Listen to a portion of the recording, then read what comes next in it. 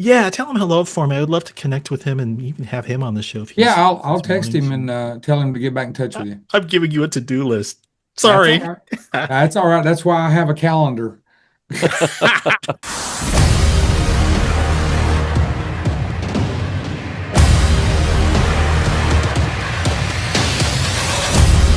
What's up, Herostock Nation?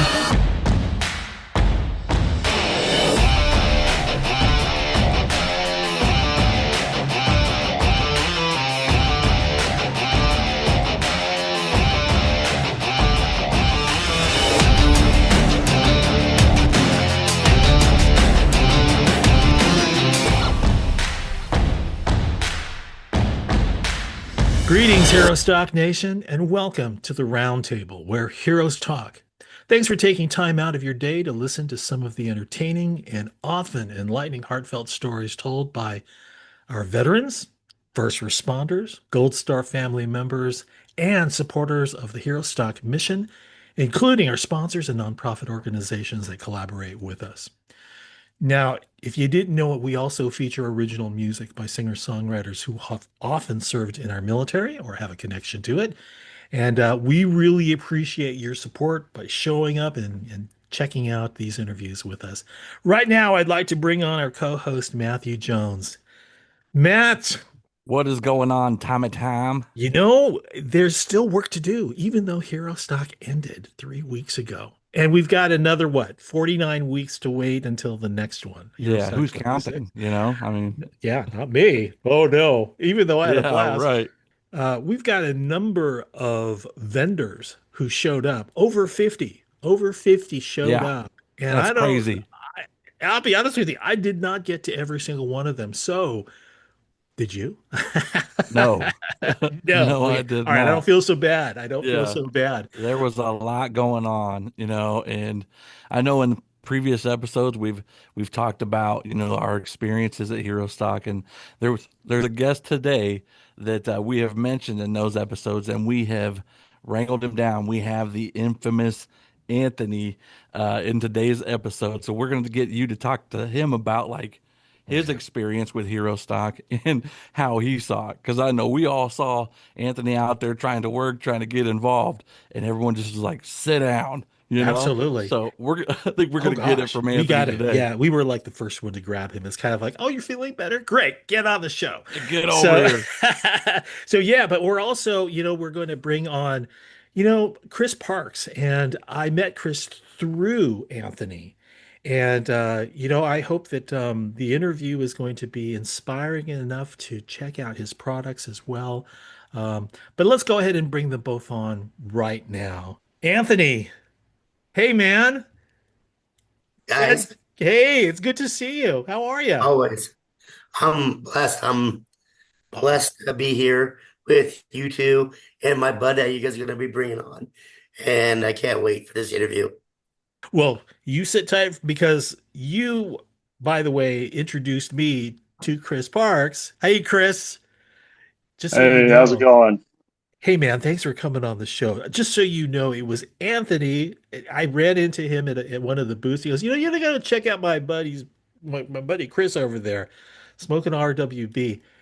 By the way, Tom, did you know that we served together? And I started to put the pieces together. It's like, I need to go talk to Chris. And then after I did meet you, it's kind of like you had said, I used to serve with Anthony. It's kind of like I'm beginning to see the coming Yeah, together we of a show here.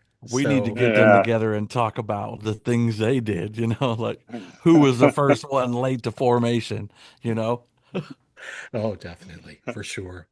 Let me first of all, let me just go back to Anthony. Anthony, secretary for Hero Stock, and you were on the podcast originally, and now it's kind of like you're even showing up to Hero Stock despite the fact that you had some health challenges. I want to go back and find out how you're doing first of all. I'm blessed to be breathing. I I'm doing amazing. I'm stronger than ever right now. No tubes, no wires for the first time since May 12th on me. Just one little bandage. I can get up the stairs by myself with no help. Walk down the block, get the mail, and driving. driving in Colorado is crazy. These guys don't know how to drive, Wait till it snows. right? Other than that, I'm great. I'm here. I'm live promoting Herostock.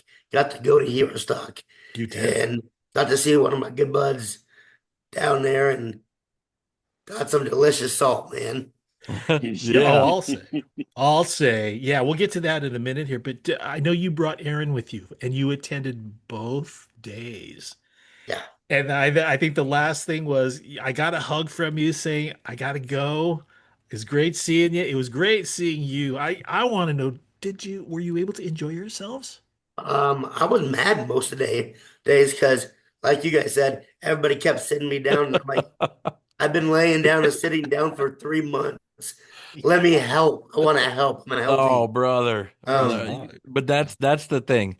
Yeah. Hero Stock is this family of people that are always going to look out for you, right? So that's what they're trying to do. And I know it's like, I just want to do something, you know? Yeah. So on Finally, one of our previous episodes, we were Yeah. talking about the water, The and you push were there broom. with the The broom, and it was, push broom.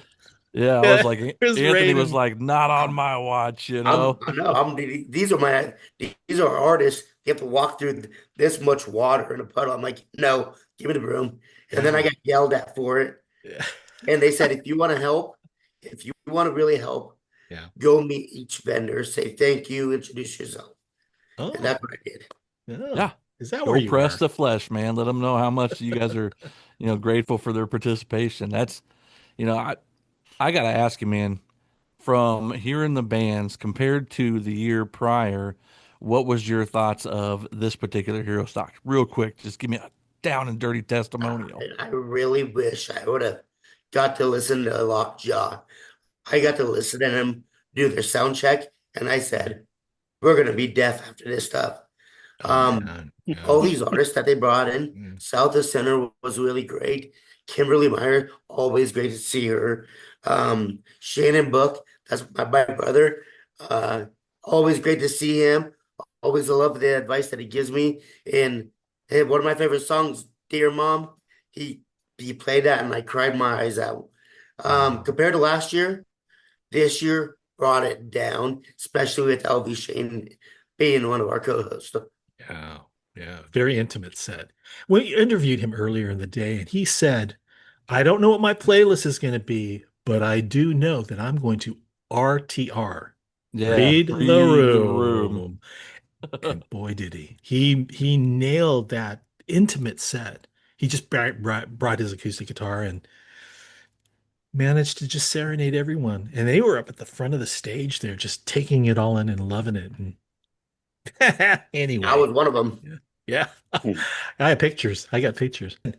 Let's now talk about Chris and Smokin RWB. Now, Anthony is basically Tom. You need to go talk to him. Chris, after I stopped and I introduced myself to you and you started to show me your products, and then you brought up Anthony's name. Is there anything that you want to before we move into, talking about your business and all, is there a memory that you'd like to share with us about when you had served with Anthony that maybe we would enjoy listening to?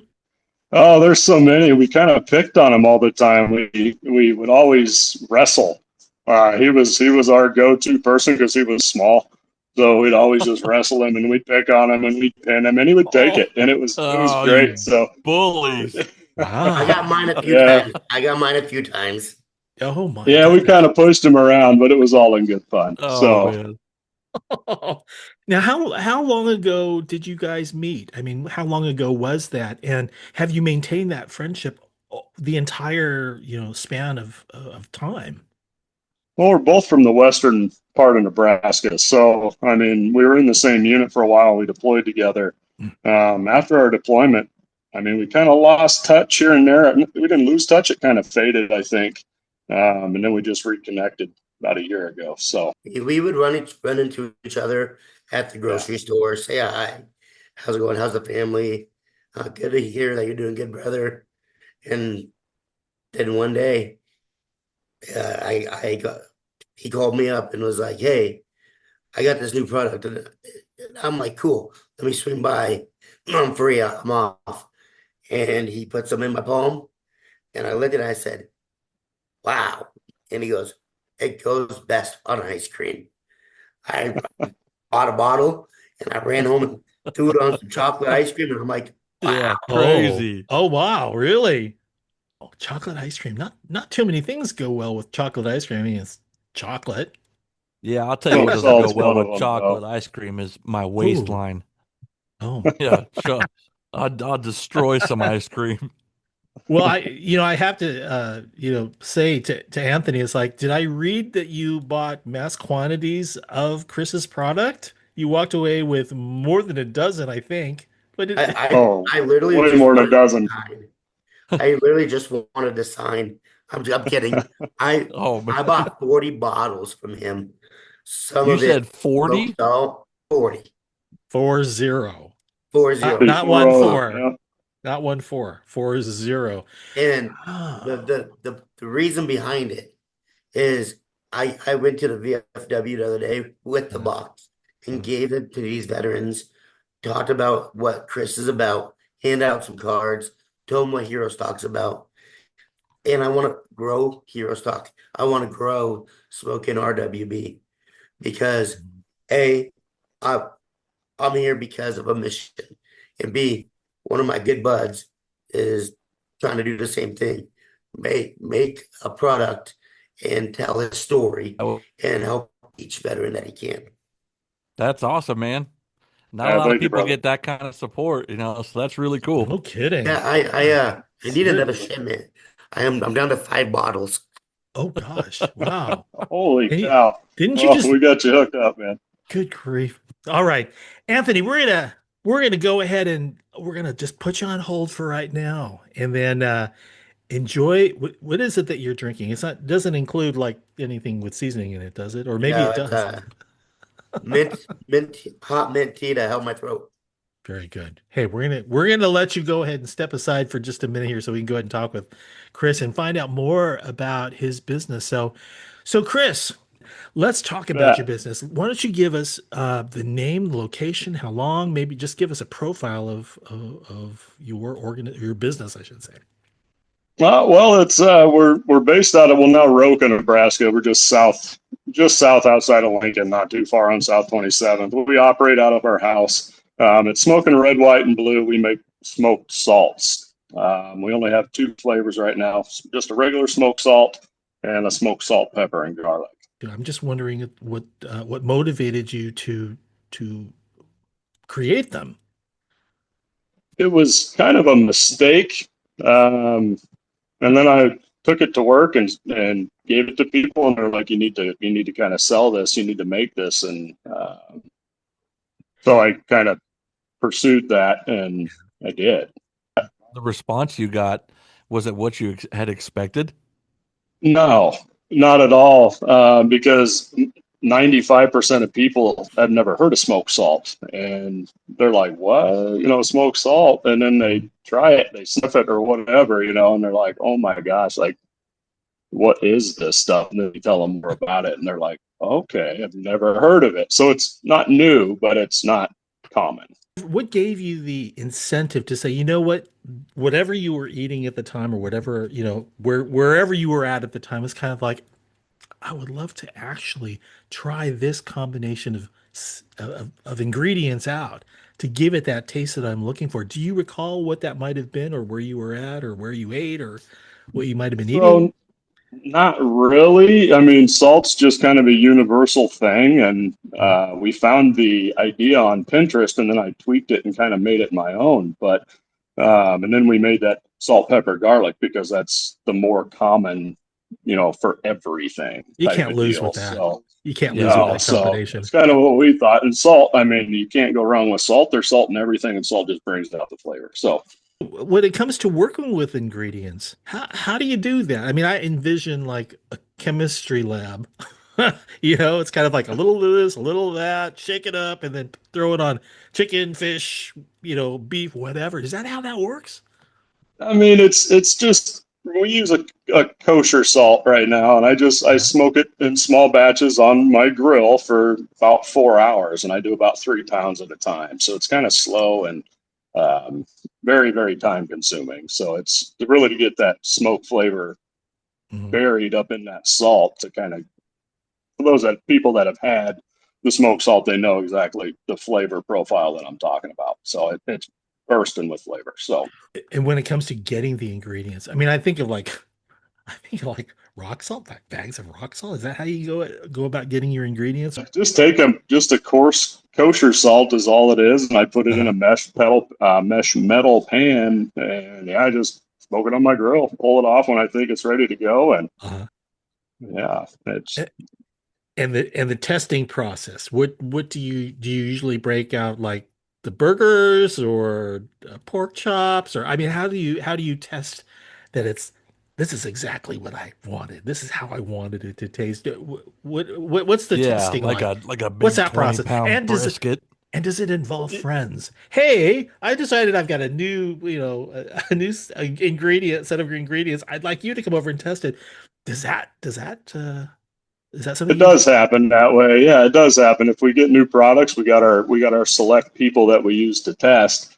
As far as knowing like when the product's done, I've done salt by now. I can just kind of tell by the color of it. I'm a big presenter of the colors, so when it's golden brown, she's ready to roll. So, does it feel like you're succeeding with what you set out to do? Is this something like I started with this and now I've got more people coming in and they're really digging what I'm doing? Is that what's happening, or is it like there's still some things that I want to do, make it better? there's a lot that we want to do and that we want to tweak and get, make different in that. But yeah, so far it's been a success. People love it, and we made a footprint out west. People were looking for us at one of the events we didn't quite make it to out there.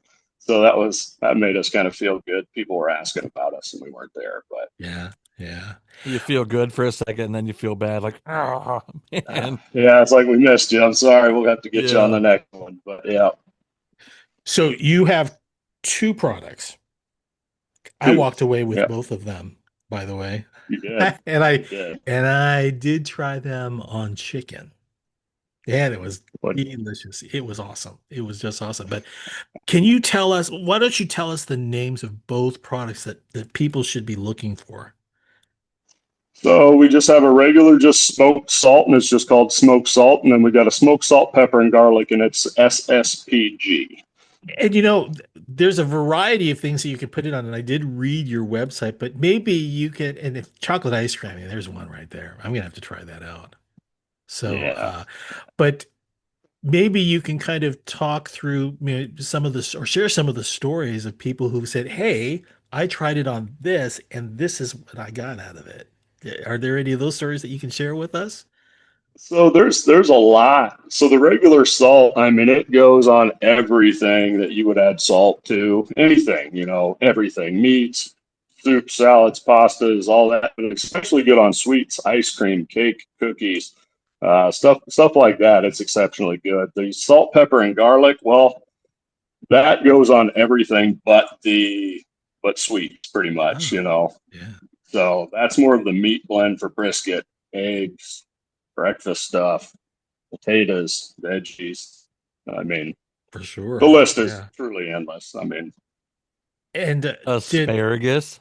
Man, asparagus, I'm getting hungry. I'm getting hungry now. Oh gosh, wait, I know I am too. But I'm going to ask Anthony. Hey, Anthony, if you can come back online here for just a second, and 40 bottles, dude. What have you sprinkled it on other than chocolate ice cream? Can you share? Breakfast stuff, eggs, my potatoes. So I have a bowl like this big that I put my seasonings in, mix them up for my brisket, and I use about half a bottle of SSPG in it. And I'm telling you right now, my neighbor said it's the best brisket he's ever had. Oh boy. Uh-oh. Nice. And Yeah. so I know some smokers because of the smokehouse that we have. And Bucknuts is one of the biggest supporters of Chris and the product. He now uses it in his competition smokes. So I'm thinking, you know what? Pork sounds like I think I want to add that to maybe roast pork or something. And with the holidays coming up too, now would be a good time to be like, start trying it on everything, and then for the family when they come over for the family gathering, have those extra bottles ready because you're going to want to throw that on whatever I Christmas actually am dinner. going to, I'm actually going to do it on our deep fried turkey for Thanksgiving this year. Mm. We're going to add Chris's mix into Mhm. our turkey seasonings, and we're gonna deep fat fry that thing out on the street. That's sounding awesome. You know, Chris, cookbook in the making. Add a tablespoon of this to that. Come on, Fix it. you wanna. Any plans for Heck something yeah. like? Yeah, I mean, for guys like us, it's kind of like just tell us how to do this and we'll do it. And as opposed to season to taste. There's always a pinch of salt. You can do that. It's like no. I Yeah, a personally little like to pinch have of it. salt never hurts. Oh yeah. No, it's kind of like no, I like the my dinner to be seasoned very well. So it's kind of like I'll just go ahead and make sure We that got Christmas coming around the corner too, so people can need some stocking stuffers. There's some Excellent dads out stocking there. stuffers. Yeah. Yeah. Tell us your website again. Where is it that we can direct Herostock Nation to pick up some of your products? www.SmokinRWB.com. We do Okay. offer free shipping. We ship anywhere in the U.S. for free. There's Let's do something the new coming out. Like, can you give us a it's like, teaser? Something, let's- Chris? here's just There are some new ones coming out here soon. So and can you keep share? an eye on our Facebook page. Oh yeah, it's going to be a jalapeno one and a ghost pepper. So for Oh those my spicy God. people, Oh, yeah, okay. Yeah. I got a buddy out in western Nebraska who's growing ghost peppers and jalapeno peppers for me. So Oh, as soon as he said he's going to be shipping me a batch sometime this week, so we got to get the quantities right, the mixtures just right before we release it. But they'll be coming out very, very soon. So You don't want it to come with a warning label like, hey. the ghost Take a pepper is step going to back. have one Yeah. because I'm tired of getting stuff when people say it's hot and it's not hot. You know, this one's it's going to be hot. This one's going to be hot. Yeah. So, I do want to say something though. Chris is doing this for less than a year, and there's a store in western Nebraska that now sells it at the store, and that's a big pop for Chris because these guys that do seasoning, they're doing the grind for 4 to 5 years before they start seeing it on stores. And what Chris has made, it's already in one store in the rest of Nebraska. And I can guarantee you that he's probably talking to other stores right now on getting his nice. product too. Got to get the name out there. Got to get the product out there as well too. We've been talking with Chris Parks, a U.S. Army veteran who owns and operates SmokinRWB in Lincoln, Nebraska. Anthony Lujan, who has also served with Chris while in the Army. I want to thank you both for coming on and sharing a little bit about your time in the Army, some of the things that are happening with SmokinRWB and your friendship. And it's really great to see you both. So thanks again. And when we come back, we'll be joined at the roundtable by Michael Ponder, who served as a US Navy Corpsman, then later went on to start a career in country music, opened for such acts as Confederate Railroad, Kansas, Hal Ketchum, and other big names. He's got some entertaining stories to share, maybe even a song or two after the break. You're watching the Roundtable, where heroes talk on Reads Across America Radio and the Herostock Nation podcast.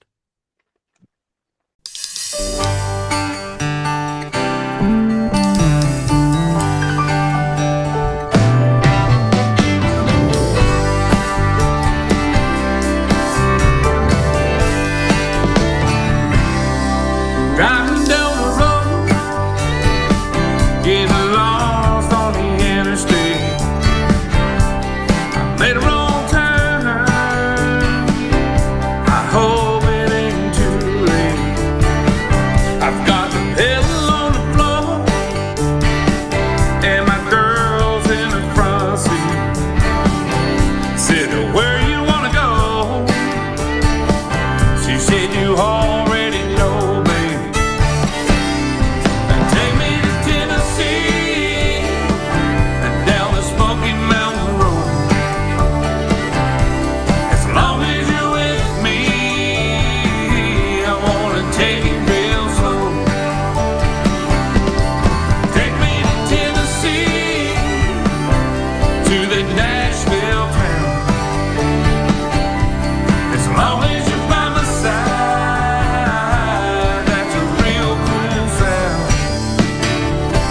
headed west from the ocean to that old famous town. We'll get there together, ain't gonna let you down. Made it in Music City, where the lights are never low. 24/7 fun, the neon glows. Take me to Tennessee and down the Smoky Mountain Road. As long as you're with me, I wanna take it real slow. Take me to Tennessee, to the Nashville town. As long as you're by my side,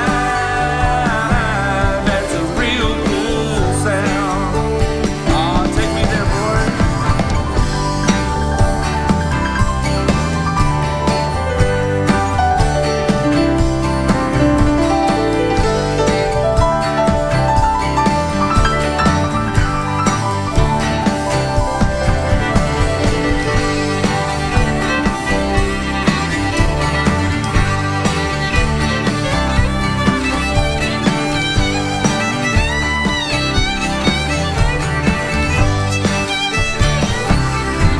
Take me to Tennessee and down the Smoky Mountain Road. As long as you're with me, wanna take it real slow. Yeah, take me to Tennessee, to the Nashville town. As long as you're by my side, that's a real cool sound. Oh.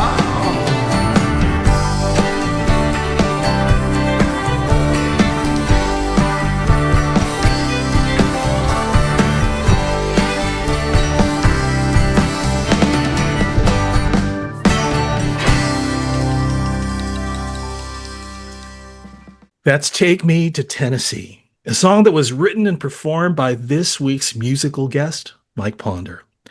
Mike is a retired US Navy Corpsman, worked in law enforcement in Maine, a musician with more than 45 years of experience. And that's just some of the information about him that we found on the website. Now, Mike was telling me, Mike planning conversations with him, that the song Take Me to Tennessee has gone to become a popular country line dance song.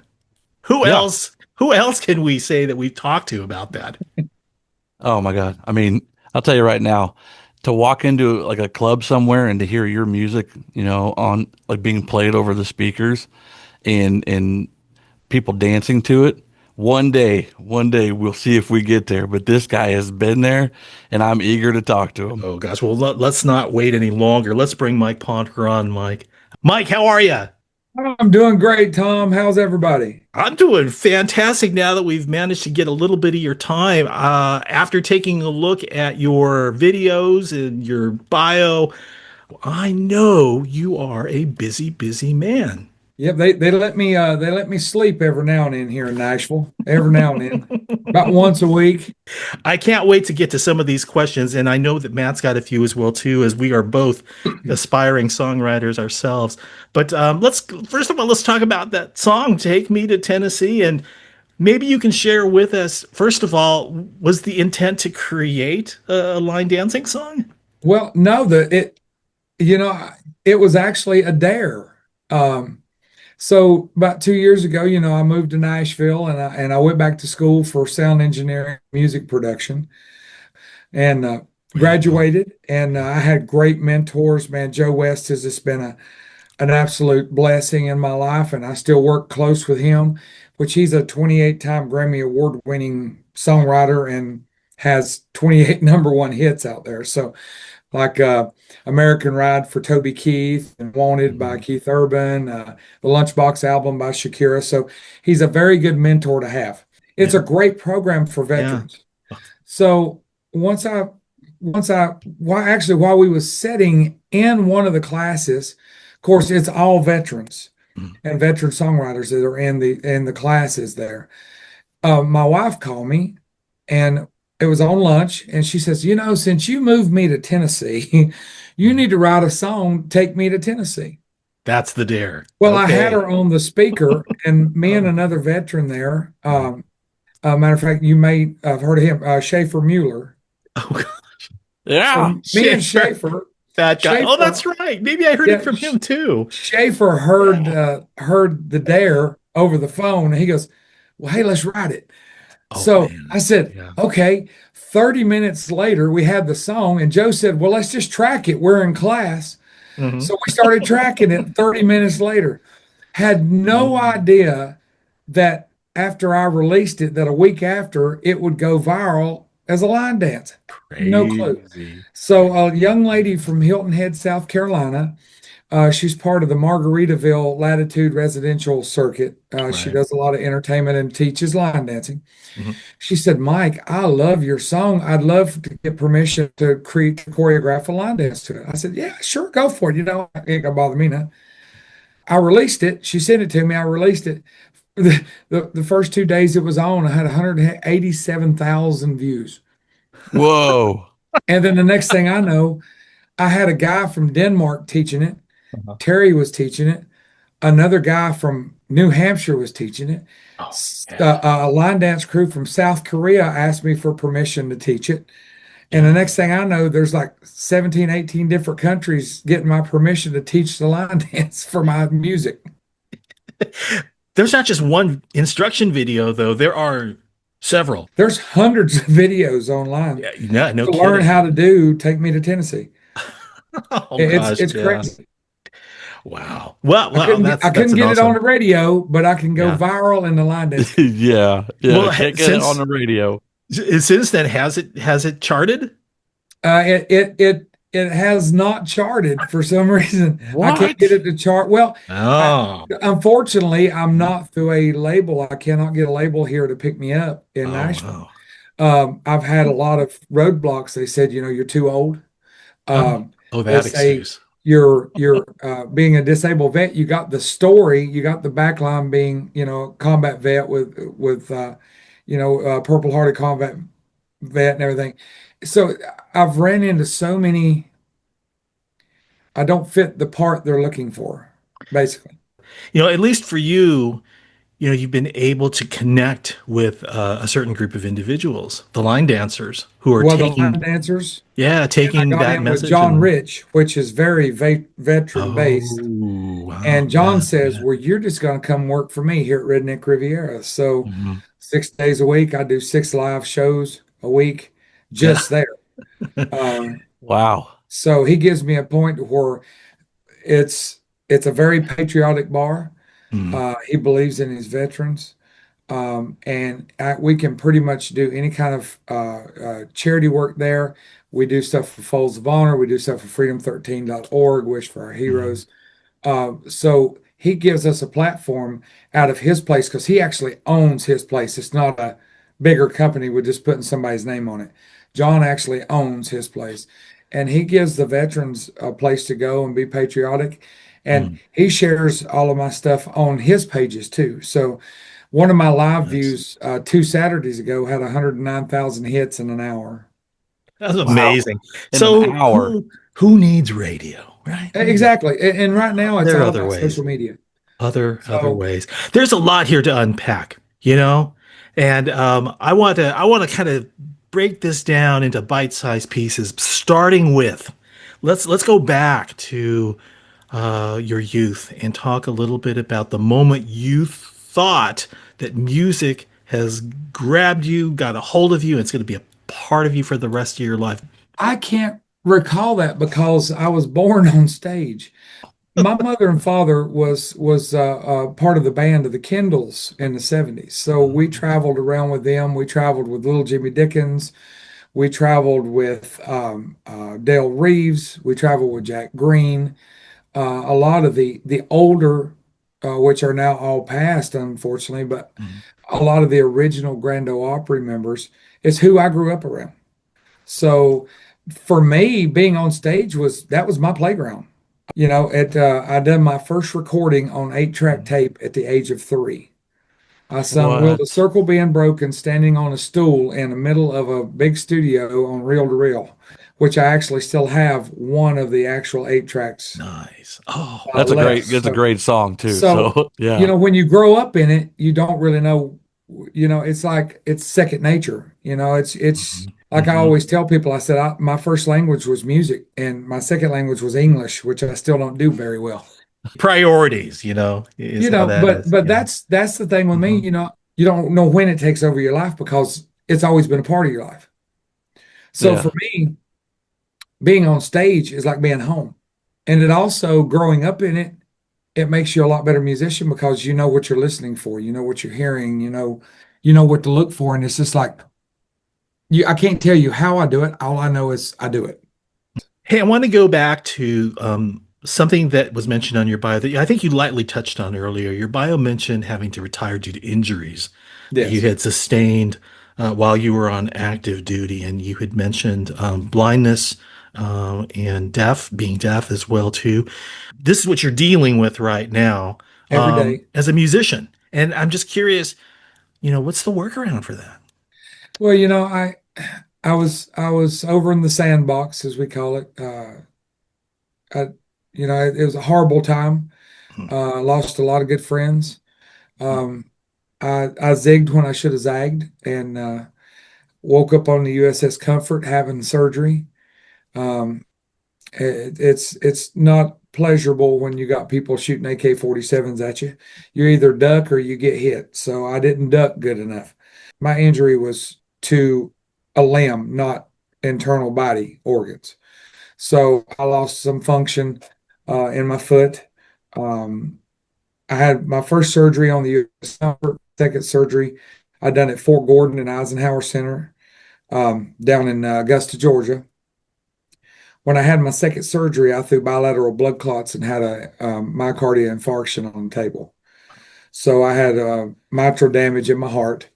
I actually came back after that and I taught paramedic school for almost a year fighting the med board so they wouldn't get rid of me because I was almost at my 20 Oh, years. oh no. So I fought with that and I learned how to walk again, had to learn how to put my foot down a certain way. Well, after my fourth surgery, I wound up throwing blood clot behind my right eye, and I lost about 40 to 50% of my right eye. And I've learned how to deal with that. It's not repairable, according to every doctor that I've been to. That's So I've had to learn how to walk around corners and not run into people, knock them over in Walmart. And being I can only feel my big toe on my right foot, having that problem on the same side, it makes walking sometimes difficult. But I've learned how to get around it. Mm. I adapted. I'm hard headed. I'm going to do it regardless. I don't let it get me down. Uh, but after that, I threw 6 more blood clots. They couldn't figure out why. I found out that I had a blood disorder. Mm. So I dealt with the blood disorder. I take medicines every day, like blood thinners and stuff like that. So I deal with that daily. Um, and in 2020, in August, I had a stroke. This Yeah, was yeah. after I got out of the military and, retired and everything. Um, I had a little stroke and I lost about 30 more percent of my right eye. I had more blood clotting in behind my right eye. Wow. And then less than a month later, I caught COVID and was on a vent in the hospital for many days. Yeah. So now I deal with a long-term COVID, but I bounced back after that, and I still was doing. I got to playing music because music was my outlet to try to deal with all I, my injuries and stuff. I thought I read something from one of the Tennessee magazines, an interview that they did with you, and you Yeah, had talked how music truly came in and helped you get through all of this. it has. And one of my biggest things was when I went to Camp Southern Ground down with Zach Brown, to the Yes. veterans program, to the Warrior Wellbeing Program. It taught me. I was very depressed before that. I suffer from major depression syndrome. I have a little bit of TBI, nothing huge. But I was dealing with the major depression syndrome, and I was about at the end of my rope. and my wife was having a hard time dealing with it, and she's been a very big support for me. I couldn't have done it without her. So we made a very good team, and I went to Camp Southern Ground, and they taught me more about myself, what my strengths was, what my weaknesses was, what to work on, songwriting, getting my depression emotions out via song was actually therapy for me because I just couldn't go and talk to anybody. Like,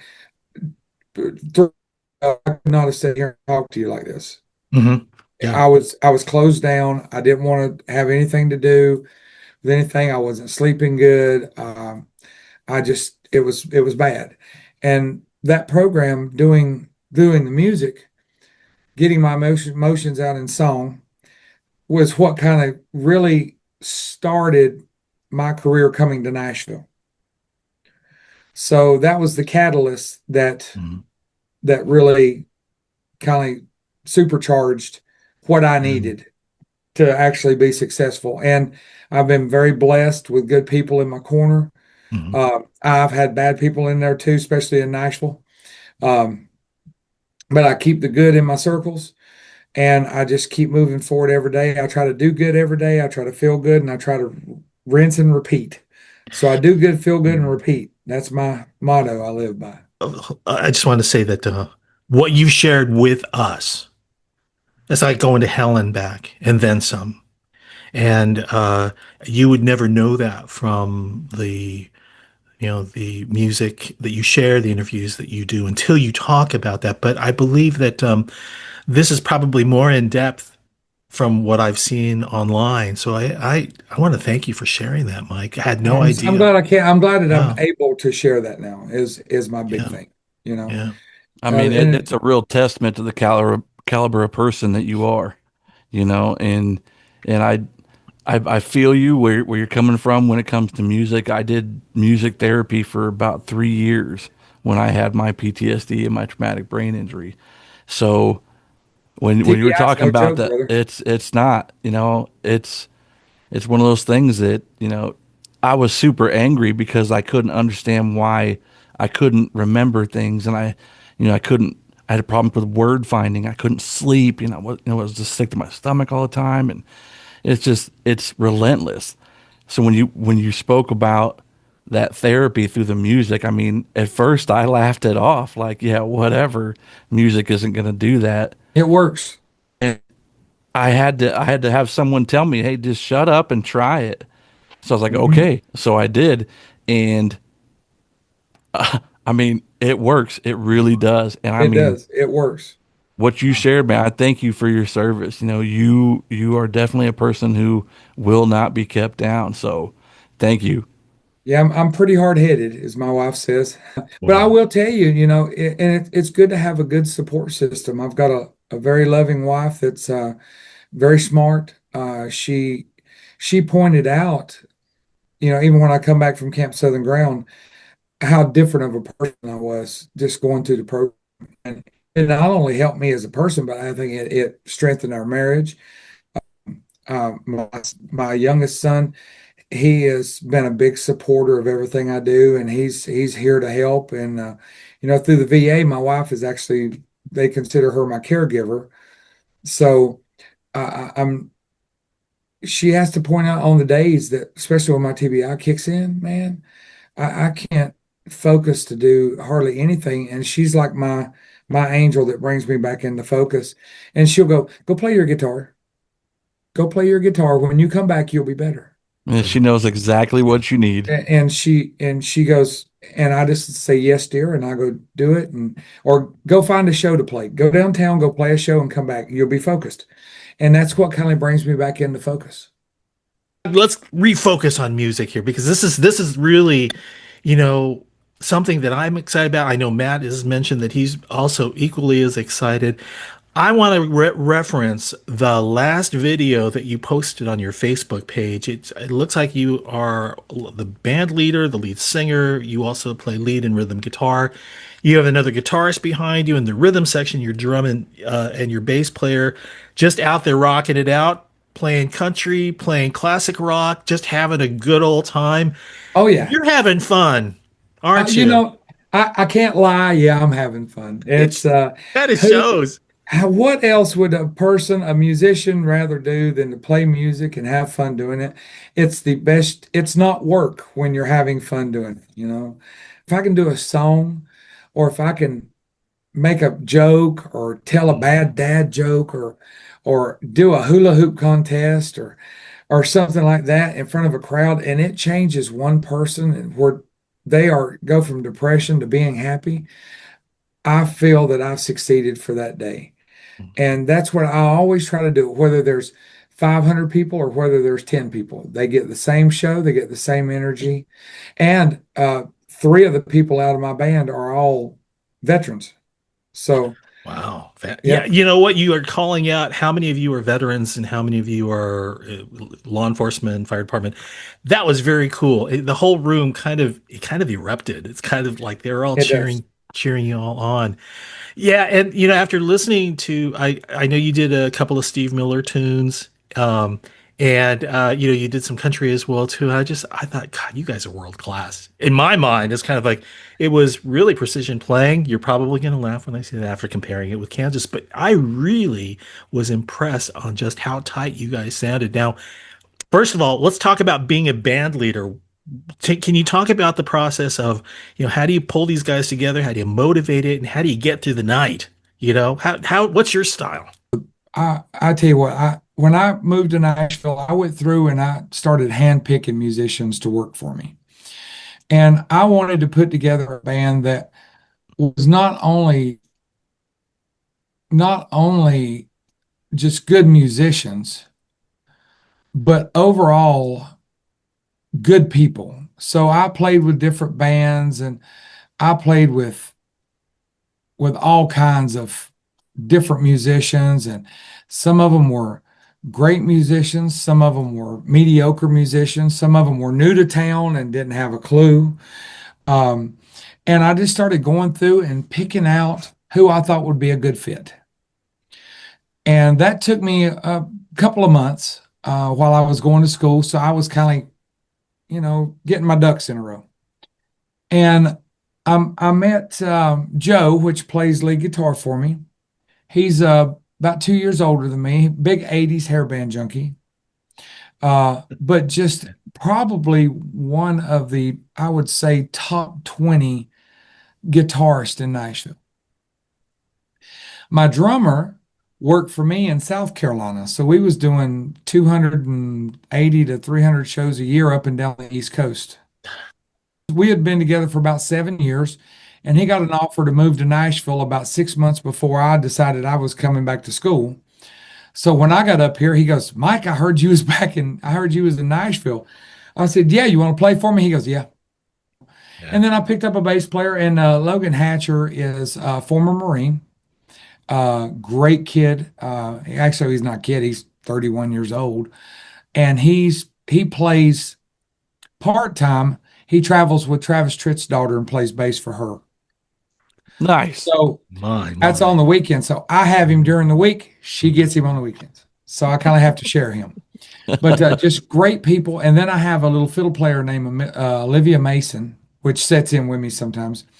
And she's just phenomenal. She's as country as cornbread, but man, her fiddle skills are phenomenal. She's also a bass player. And I just put this unit together and we started playing. And the next thing I know, Redneck Riviera says, hey, we want you 5, 6, 7 days a week. When can you start? So we started and it just kind of went from there. You have a very competent band, including the guitars. And I would just be curious, do you have a favorite guitar dual song that you guys actually can play and have a good time at it? We actually get requested a lot of course, we get requested a lot for the Allman Brothers, which has a lot of dueling guitars, stuff, a lot of harmonic guitars and stuff. But a lot of people know me because I've done some stuff with the APB band, which is Artemis Powell, played for Leonard Skinner. Oh, Me and Artemis are we're very good friends. We text all the time. He's a former Marine. He was sergeant in the Marine Corps before he actually started playing in '73 for Leonard Skinner. Yeah, Wow. he's retired. No, he just done his time during the Vietnam era Oh, as a okay, Marine. He okay, done, I okay. think, 5 years. And when I was stationed down in Beaufort, I got him inducted into the drill instructor school. We brought him down. He got a hat. Ah, nice. Uh, so, one of my, matter of fact, one of my guys that was my Lance Corporal when I was in the Marine Corps, it is now over DI school as a master sergeant. Wow. So we brought him in, we got him inducted, but we get a lot of requests for Leonard Skinner because we play it pretty much true to the Ronnie Van Zant original. So we get a lot of requests for Freebird, which me and Oh, of Joe course. worked Yeah. out. We Oh worked out the gosh. dueling guitar parts, but we also have a duel that we do at the end of it. Oh. And when a fiddle player's in there, we actually have a three-way duel Hmm. that we do just to kind of show off. But other than that, Awesome. we also do a version, guitar version of Devil Went Down to Georgia. So Oh, we do like a sweet. dueling guitar of that. So it's just we try to get what the people want. If they come in, that's what they want to hear. They throw a tip in the Yeah. bucket because that's the way we make our living on Broadway. Is Mhm. we're kind of like the only other profession that lives out of a bucket besides a painter. I almost feel silly about this question, and I wanted to ask it because it has to do with the sense of nervousness before performing.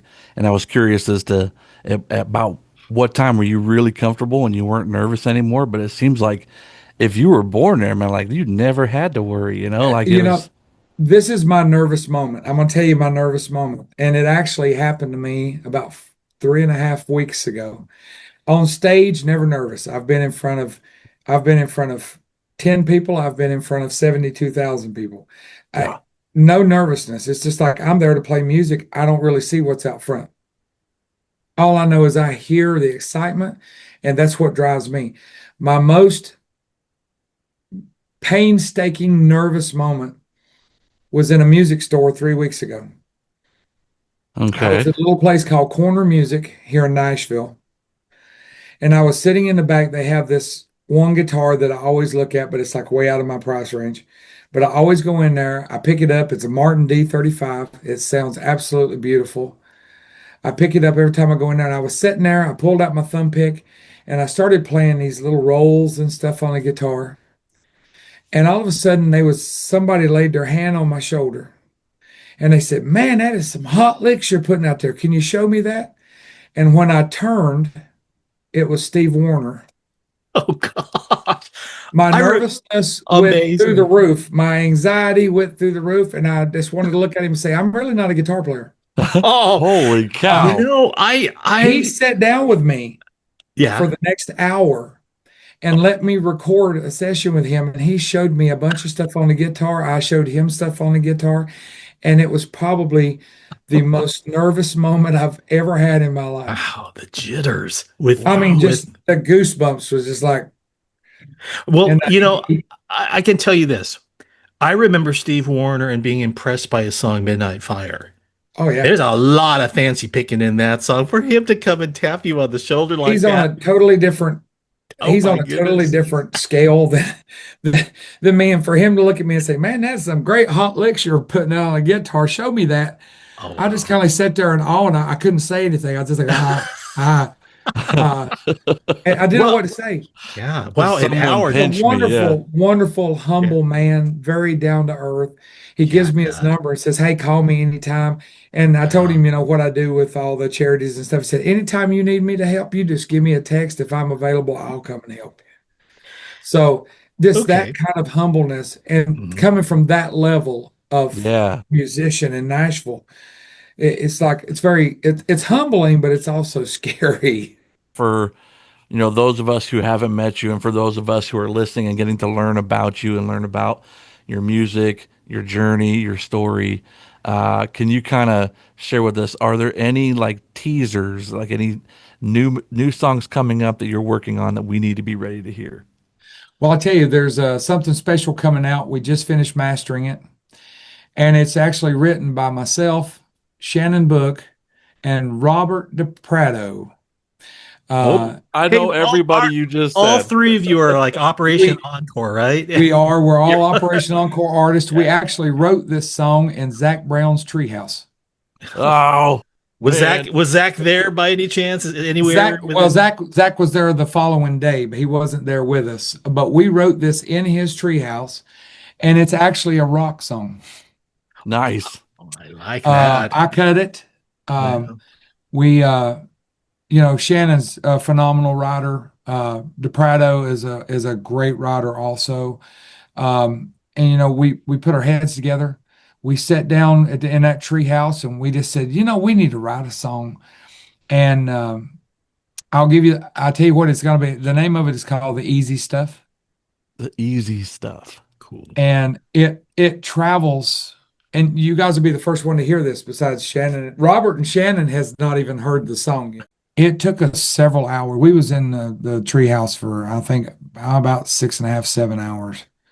This isn't a just lightly gloss over the words. This can get, I would imagine, pretty deep and emotional. It's very deep. It's very emotional, and it covers all the truths of what all three of us dealt with, are dealing with, have been through, and it relates to people that are still going through it. It relates to people that have been through it, and as we said in the title, it's not the easy stuff. Video. Yeah. Working on a video right now. Cool. We've got Mark Alley, which is he does a Pink Floyd tribute drummer and as a manager of a Pink Floyd tribute band that travels. He's helping us put together a video on it right now. We're shooting a lot of it downtown Nashville. Actually, some of it is actually shot in Redneck Riviera Bar upstairs. We're actually getting, you'll probably see a couple of stars in it that's going to make some cameos in it. And I think it's going to be a great thing, but it's a lot of wheels turning. It takes a lot of time to make a good project, but once the project's done, man, it's so worth it. If you was to hear just the song now, it's phenomenal with just the way it is. And we're going to check back with you. My horn. That's just the music. Singer needs work, but we'll work on it. I'm sure he does just fine. The music is phenomenal. We're going to check back with you, by the way. So maybe. Oh, absolutely. Anytime. So would you just make sure to check in with us and let us know how it goes? Otherwise, we'll seek you out. I tell you what, if you guys are nice, I might send you a little pre-teaser where you can hear some. Of course, we're going to be nice. Yeah. We're on our best behavior. You rock, dude. You totally rock. Thank Get you, out of here. Go eat dinner. All right. I'll see you around. Okay? You guys hang in there. If you need me, holler. Thank you, my bud. friend. Thank you so guys. much. See you later. And wow, what a conversation. What an amazing human being, man. You've got all the stuff he's doing and the people that he's helping and, the coaching, the mentoring, just that support. I mean, what an amazing human being. And also rising from the ashes himself. Yeah, persevering through everything that he just talked heard about today. Yeah. I mean, yeah. And he came out even, blind, deaf, and he's a musician. He's a musician. Yeah. Don't tell me you can't do something. Yeah. That man is a role model. Yeah. I'll tell you. Absolutely. A beacon of hope is what that man is. For sure. Well, yeah, what a conversation. We're going to have him back. Absolutely. We're definitely going to have him back. So, anyways, next week, we've invited creator and author Rick Yee of the Warrior's Way Mindset to share some of the interviews he and wife Andrea conducted at Herostock 25 about the Herostock experience. We'll talk with him about the work he does as a mental health coach. We'll also be talking to Texas singer-songwriter and veteran of the Army and Marines, Jack Blaze, about his musical journey, along with some live performances. Thanks again for listening. For Matt Jones, I'm Tom Lamog. We'll see you next time at the Roundtable, where heroes talk.